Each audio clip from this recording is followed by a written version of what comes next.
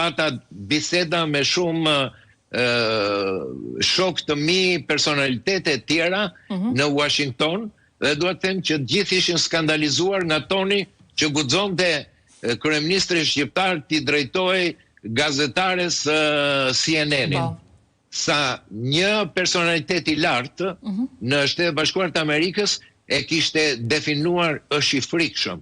Domethënë nuk mund ta konceptonin se ku mund të vejë një autokrat i tillë, i cili ble influencë, i cili ble dhe kontrollon mediat dhe që kërkon që në një farë mënyre japi mesazhin që shiko, unë jam këtu, hajdeni negociojmë dhe ne do të jemi zgjidhje. Nesho, e ka dëmtuar kjo imazhin deri në çpik, e ka dëmtuar imazhin ndërkombëtar që ka qenë një nga atut kryesore të filozofisë së tij qeverise, për të mos thënë që në funksion të saj. Imazhi i Ramës dhe imazhi i Shqipërisë janë dy.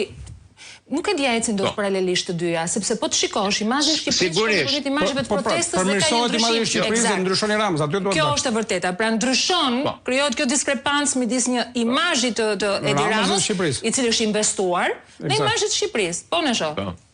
Pa diskutim Sonila, dhe unë mendoj që edhe kolegu i nderuar në studio Basiri e ka shumë të drejtë, se deri tani në mediat ndërkombëtare është projektuar që Rama përfaqëson Shqipërinë. E i kemi dëgjuar të gjitha deklaratat e tij që thoshte si guxon opozita të prishi imazhin, se gjithmonë e paralelizonte veten e tij sikur ishte përfaqësuesi i Shqipërisë. Ku ka arritur media ndërkombëtare dhe media kryesore?